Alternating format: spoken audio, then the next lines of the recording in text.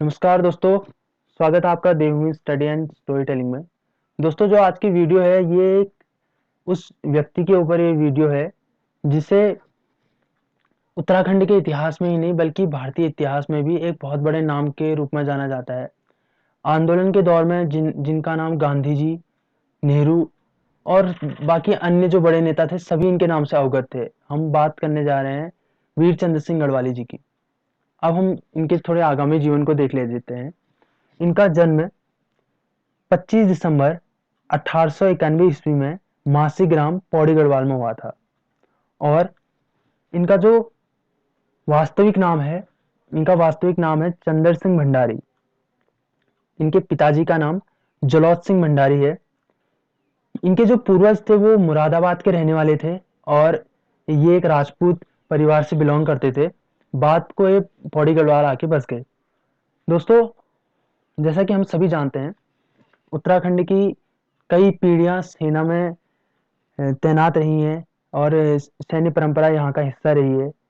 उत्तराखंड से दो chief of army staff, पहले जनरल बीसी जोशी जी जो कि पिथौरागढ़ के रहने वाले थे और दूसरे हाल ही के जनरल विपिन सिंह रावत जी जो अभी सीडीएस हैं। दो सैन्य जनरल यहाँ से निकले हैं। इसी के साथ साथ कई लोग यहाँ के सेना में तैनात हैं।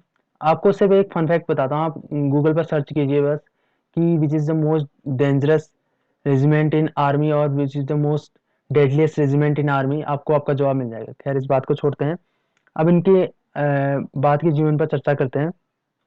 इन्होंने 3 दिसंबर सन 1914 में ब्रिटिश सेना में भर्ती हुए और ये गढ़वाल राइफल्स में भर्ती हुए। उस समय गढ़वाल राइफल्स का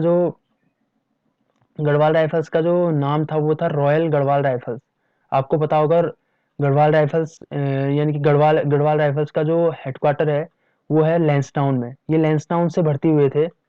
और आपको ये भी पता होना चाहिए कि जो कुमाऊं रेजिमेंट है उसका जो मुख्यालय है वो है रानीखेत और कुमाऊं रेजिमेंट का पुराना नाम था हैदराबाद रेजिमेंट।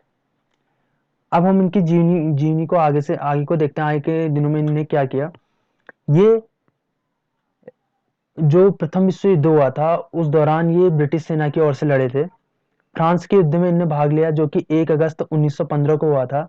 हमें पता है कि प्रथम विश्व युद्ध जो 1914 से 1919 तक चला, उस वक्त दो शक्तियां थी, फ्रांस, इंग्लैंड, इटली, रूस और यूएसए। ये एक खेमे में आते थे और जो दूसरी जो जो खेमा था वो था वो सेंट्रल पावर्स यानी कि धुरी शक्तियों का था। उसमें आते थे जर्मनी, ऑस्ट्रिया और टर्की। तो इनने ब्रिटिश सेना में सैनिक के तौर पर अपनी सेवाएं दी फ्रांस के युद्ध में। उसके बाद मेसोपोटामिया का युद्ध। मेसोपोटामिया, जैसे कि हम जानते हैं, मेसोपोटामिया इराक की सभ्यता यानी कि मेसोपोटामिया इराक का इलाका। 1917 में इन्होंने वहां अपनी सेवाएं दी। उसके बाद जिस जिस चीज के लिए इनको ख्याति प्राप्त हुई, जिस चीज के लिए ये पूरे देश में जाने के, पेशावर के युद्ध में भी इन्होंने भाग लिया। 23 अप्रैल 1930 को पेशावर कांड हुआ था। इनकी मृत्यु 1 अक्टूबर 1979 को हुई। अब देखिए इनकी व्यक्तित्व प्रभाव देखते हैं। आखिर एक व्यक्ति जो एक नॉर्मल सैनिक था और एक पहाड़ी व्यक्ति कैसे इतना क्रांतिकारी हो गया, कैसे उसके विचार इतने प्रबल हुए कि वो जो अपने अफसरों के उसने ऑर्डर का पालन नहीं किया। पहला इनके जो विचारों पर प्रभाव पड़ा वो गांधी जी के संपर्क से पड़ा। गांधी जी के जो इनने विचारों को पढ़ा, हुआ यूं कि जब प्रथम विश्व युद्ध समाप्त हुआ उसके बाद ब्रिटिश सेना ने अपने सेना से भारतीय युवकों को निकालना शुरू कर दिया। उस समय जिसमें युद्ध चल रहा था उसमें आनंद फानन में उनने उनको लिया, भारतीय सैनिकों को लिया, पर उस वक्त उन्होंने निकालना शुरू कर दिया था। और कुछ के रैंक उन्होंने घटा दी जो कि बहुत योग्य थे, उनके रैंक उन्होंने घटा दी, उनको निकाला नहीं गया। उन्हीं में से एक थे वीर चंद्र सिंह गढ़वाली जी। ये हवलदार के पद पर तैनात थे, इनको सैनिक बना दिया गया। इनका मन हुआ कि ये सेना को छोड़ दें। इन्होंने अपने अफसरों को बताया कि मैं सेना छोड़ रहा हूँ। तो उन्होंने ये कहा कि तुम सेना मत छोड़ो, बाद के दिनों में हम तुम्हें दोबारा उसी पद पर तैनात कर देंगे। तो इनको साथ ही साथ इनको अवकाश भी दे दिया इनको खुश करने के लिए। इसी अवकाश काल में ये गांधी जी के विचारों को इन्हें पढ़ा और गांधी जी के विचारों को इन्हें नजदीक से जाना। इसके बाद इनके विचारों पर प्रभाव पड़ा आर्य समाज का। आर्य समाज, आर्य समाज के संपर्क में कैसे आए? हुआ यूं कि वजीरिस्तान की युद्ध के बाद 1920 में जो वजीरिस्तान का युद्ध हुआ, उसके बाद आर्य समाज के संपर्क में आए। आर्य समाज उस समय स्वदेशी जागरण का कार्य कर रहा था। साथ ही साथ आर्य समाज हिंदू जागरण का भी काम कर रहा था और हिंदू समाज में जो जो कुरीतियां थी उनको दूर करने की कोशिश कर रहा था, और जो रूढ़िवादी जो सोच थी उसको बदलने की कोशिश कर रहा था।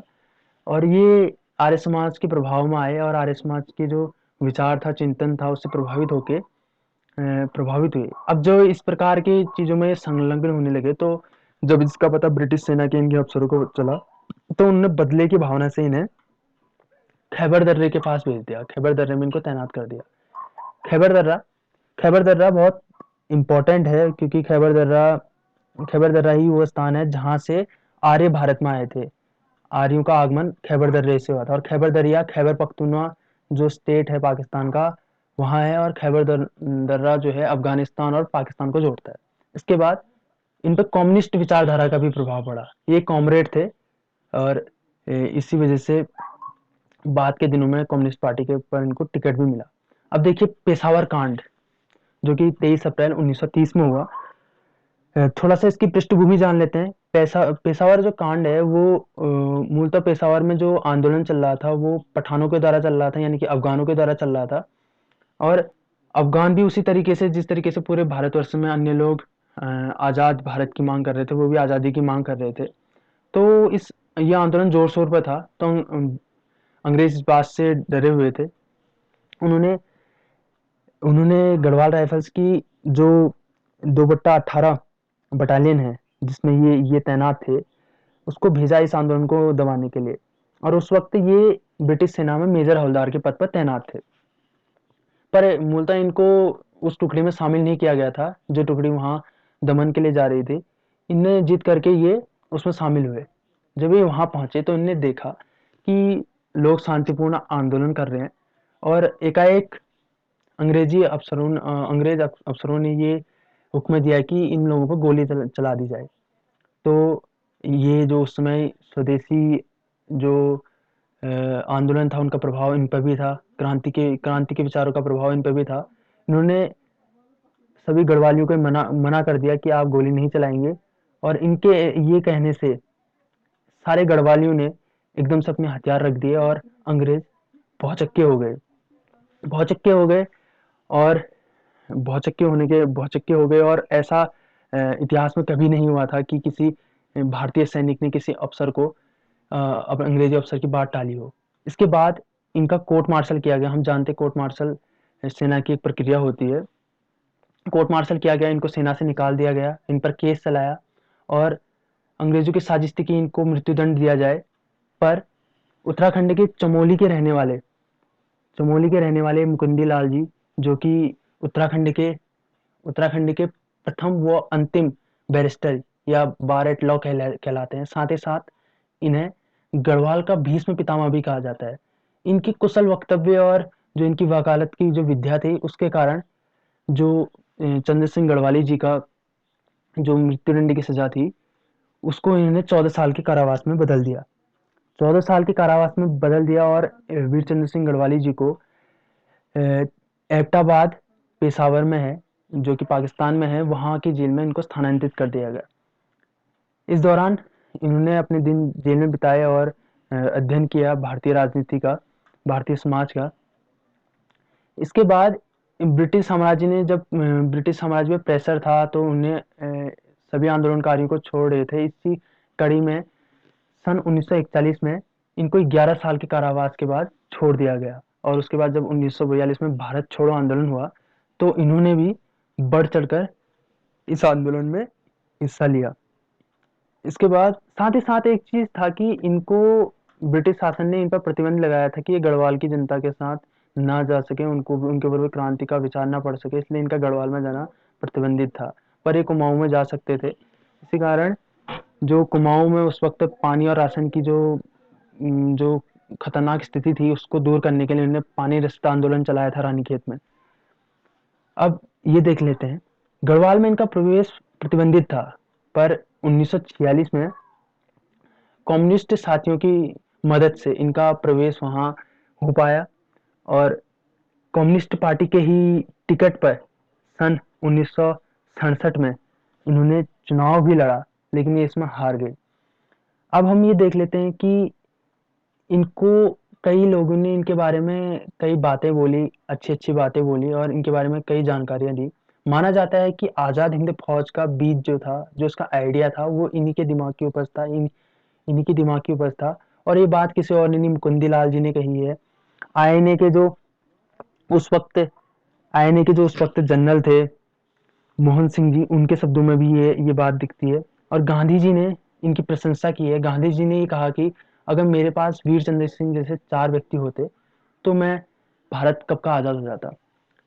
इनकी 100वीं जन्म शताब्दी जो कि 1991 में पूरी हो रही थी, उसके उपलक्ष्य में सन 1994 में इनके सम्मान में डाक टिकट जारी किया गया और वीर चंद्र सिंह जी इतिहास में अमर हो गए। दोस्तों, अगर आपको ये वीडियो पसंद आई हो तो वीडियो को लाइक कीजिए, शेयर कीजिएगा और चैनल को सब्सक्राइब कीजिएगा।